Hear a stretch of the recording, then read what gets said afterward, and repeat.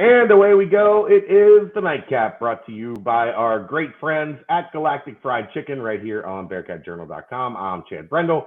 He's Aaron Smith. And it's been a busy day here on the UC Beat as we had a chance to speak to Luke Fickell, Gino Guidugli, Kerry Combs, Mike Cummings, Walt Stewart. All those videos are uploading right now. For some reason, they're all saying processing HD version. I don't know exactly. I'm not smart enough to know what that means. But in the meantime, let's talk about Galactic Fried Chicken before you get ahead of yourself, because they are the sponsor here for the nightly cap that we do here. You don't trust that I was going to be able to tie this in? I knew you were, but I'm sure he's going to appreciate me coming in and saving the day all the same. What I was going to say is that when you have a large group of new hires like that, boom, there it is. The right thing to do is to cater in some Galactic Fried Chicken. I don't know if they did, but they should. Because what makes a new group of employees more happy than delicious chicken tenders, fried chicken, macaroni and cheese, mashed potatoes, fried pickles, deviled eggs, Galactic sauce? That's the kicker right there. Again, just whatever you can do to get that extra avenue to get more sauce in your belly. So we're going to have to talk to Luke and make sure if you're going to welcome in a new batch of hires, you do it with Galactic Fried Chicken. GalacticFriedChicken.com. Download the app for Android, iPhone, everything Galactic. Sometimes, Aaron, you got to have a little patience. Well, I'm not used to you talking anything before we get to Galactic Fried Chicken, so it was a little out of tune. And I know that I was working an angle. I know you were switching your audio over and everything, so just trying to produce here, man. I was working an angle, and you just blew up the angle. That's what I do. One of the things I do best. But anyway, some really good stuff from the new coaching staff today. Getting some thoughts from Luke Fickell on the hires, getting some thoughts from Gino Guidugli on the offense. I tried to pin down Mike Cummings on his preferred schemes. Apparently, he likes them all. He likes inside zone, outside zone, the stuff on the edges, stuff on the inside. He is a fan of all things offensive line, which that dude, that's my first interaction with Mike Cummings. I am very sad to see Ron Crook go. Mike Cummings is also going to be a good one to deal with because he's got some, like Crook, he's got some sense of humor, some humility to him. I think that's going to be a lot of fun. Kerry Combs, it was 38 degrees outside. Kerry Combs was in short sleeves and shorts. like he's got a job at Florida State. The awesome thing about Kerry, no surprise, walked in, the energy in the room just the minute he walked into the room, you knew Kerry Combs was back in town. He snorts Red Bull. Like, yeah. And grinds it up, chops it up. Like I don't know how you chop up Red Bull, but he does. He does. He's figured it out. You could tell he was really happy to be back home. You could tell the connection that he and Luke Fickell have, which I think is going to be great. Talk to him some about coaching corners. I wanted to talk to him more about special teams because I think that phase has been a game changer. Absolutely. For Cincinnati in the Luke Fickell era.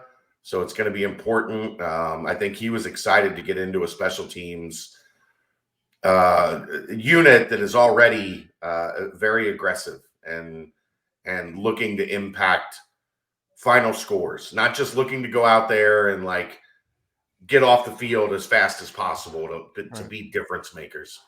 So I was excited about that, and then really awesome to get Walt back and talk to him about how much UC means to him and what it means to come home. Very, very cool stuff. So overall, awesome couple hours down in the team room, getting to talk to the new staff and kind of get a new feel for how this shakes out, because it's a different look, man. When you look at the last 2 years, there were a lot of like core guys that came in with Luke Fickell. You go from Freeman to Denbrock to Brian Mason to Ron Crook to, on down the line. Those guys they're all gone. And you've had a lot of hires. Like there's been roster or coaching turnover. Right. But like Mike Brown and Darren Page, as great as they've been, weren't guys that had like that direct connection to Cincinnati. So they've been building their brand here. Colin Hitchler has been building his brand here, now all the way up to co-defensive coordinator, Mike Brown, passing game coordinator. So those guys are going to become more part of the core as we continue to move forward. But I mean, 5 years, 4 or 5 years, you had a lot of those same guys that were around every day. Right. And this is going to be a very different field coaching staff. So this was a great first step today, I thought. I found it super interesting that Gino's going to stay up in the booth to continue to do his offensive coordinating. He didn't seem like he believed in that very much. He acted like a guy that really wanted to be down on the field. We'll see how long that lasts. He even said at the end of that question, like, we'll see. We'll see if this is a long-term thing or a short-term thing. Well, either way, he sounds like he's going to be starting up there. So yeah, that's interesting to me. But no, I'm certainly excited to see what Kerry Combs does now that, I mean, obviously his first stint here was before he had the Ohio State Buckeyes under his belt, before he had the Tennessee Titans underneath his belt. So this is a different Kerry Combs. Prior to that, he had been just at Coleraine, right? So yeah, he was pretty much a high school coach when he got to UC. So yeah, so this is a completely different Kerry Combs. Excited to see what Walt brings to the table. Excited to see what a new offensive line coach will bring to the table in Cummings. Just there's a lot of different pieces here to be excited about, and just to see what kind of changes this brings about with this team. It's going to be fun. As if the roster wasn't already enough change for you. So right, even more. Like it feels like I used to talk about this a lot with when Mick was here. That you had that kind of that first era of Mick, where it went from the JUCO guys into like that Gansey, Cash, Dion, then SK, and then a lot of those guys left, and SK kind of took over that next phase, leading into Troy and Jake and Gary and Kyle and then Jaron. So there was definitely like Trey different chapters, and then into Trey. Like there was definitely different chapters of the Mick Cronin story. I think we're really just now like getting into this next chapter. The first chapter for Luke Fickell was really long. It felt like the staff was mostly the same. A lot of the guys that you knew as like the standout guys were mostly the same. This is like almost like that was one book. And now we're starting the second book, like not even a second chapter. So this is like Return of the Jedi, right? A New Hope was first, and then Return of the Jedi, and then Empire Strikes Back. So yeah, this is kind of Return of the Jedi a little bit. With Carrie, kind of makes sense, doesn't it? Return of the Jedi. It's going to be fun. It's going to be a lot of fun. Basketball, we got the news early this afternoon, right before the press conference. The Memphis game was bagged for tomorrow night, rescheduled for the 15th. Not a surprise, just because of how bad it sounds like it could get. I think the biggest thing was maybe not the biggest, but one of the like most important things that nobody talked about. Memphis had a game on Saturday. And there was some legit concern, like, are we going to be able to get out of Cincinnati? Like, when are we going to be able to get out of Cincinnati? Right. So I think it just kind of fell in place and worked out for everybody that put it on ice. I see what you did there. Yeah. And get back to it at a later date. But boy, February, in like the middle of February into March, with Gauntlet. the Houston game now made up, and then the Memphis game being made up, like, it's going to be a battle. This team's going to be what I think now 4 games in 9 days in that middle stretch in February, and then the end stretch where you have senior night, you go to Houston, and then you go to SMU to close out the season, like 3 games in 6 days or whatever it is. Logistically, this works out great for me. I can come into town on Sunday night, stay till Wednesday morning.